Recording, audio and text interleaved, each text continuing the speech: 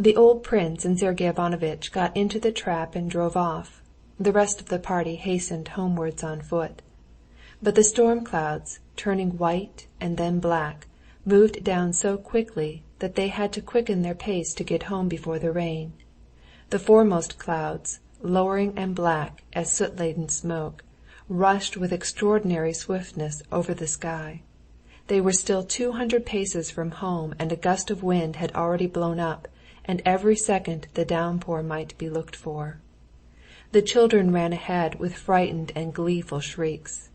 Darya Alexandrovna, struggling painfully with her skirts that clung round her legs, was not walking, but running, her eyes fixed on the children.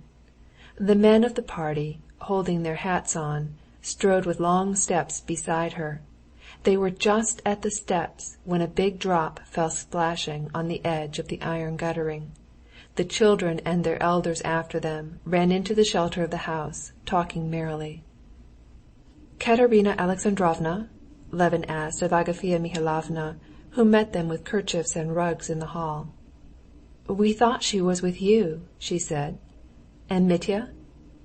"In the copse. He must be, and the nurse with him." Levin snatched up the rugs and ran toward the copse. In that brief interval of time the storm clouds had moved on, covering the sun so completely that it was dark as an eclipse. Stubbornly, as though insisting on its rights, the wind stopped Levin, and tearing the leaves and flowers off the lime trees, and stripping the white birch branches into strange, unseemly nakedness, it twisted everything on one side: acacias, flowers, burdocks, long grass, and tall tree-tops. The peasant girls working in the garden ran shrieking into shelter in the servants' quarters. The streaming rain had already flung its white veil over all the distant forest and half the fields close by, and was rapidly swooping down upon the copse. The wet of the rain, spurting up in tiny drops, could be smelt in the air. Holding his head bent down before him, and struggling with the wind that strove to tear the wraps away from him, Levin was moving up to the copse, and had just caught sight of something white behind the oak tree, when there was a sudden flash. The whole earth seemed on fire, and the vault of heaven seemed crashing overhead. Opening his blinded eyes, Levin gazed through the thick veil of rain that separated him now from the copse, and to his horror, the first thing he saw was the green crest of the familiar oak tree in the middle of the copse, uncannily changing its position. Can it have been struck? Levin hardly had time to think when, moving more and more rapidly, the oak tree vanished behind the other trees, and he heard the crash of the great tree falling upon the others. The flash of lightning, the crash of thunder, and the instantaneous chill that ran through him were all merged for Levin in one sense of terror.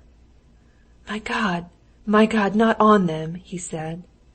And though he thought at once how senseless was his prayer, that they should not have been killed by the oak which had fallen now, he repeated it, knowing that he could do nothing better than utter this senseless prayer.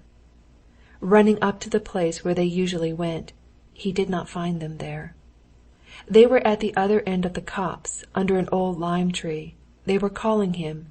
Two figures in dark dresses, they had been light summer dresses when they started out, were standing, bending over something.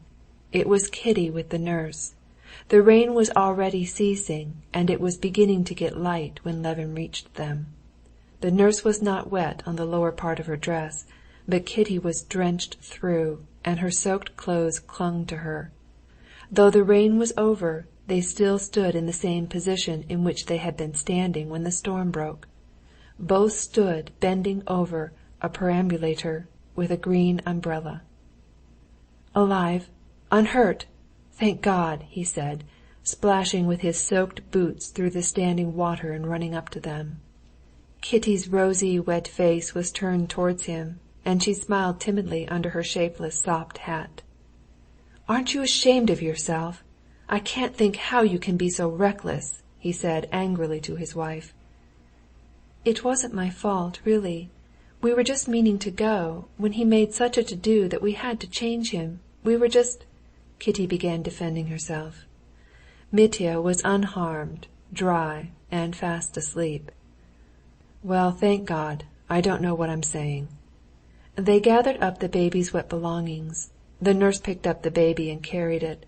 Levin walked beside his wife, and, penitent for having been angry, he squeezed her hand when the nurse was not looking. Chapter 18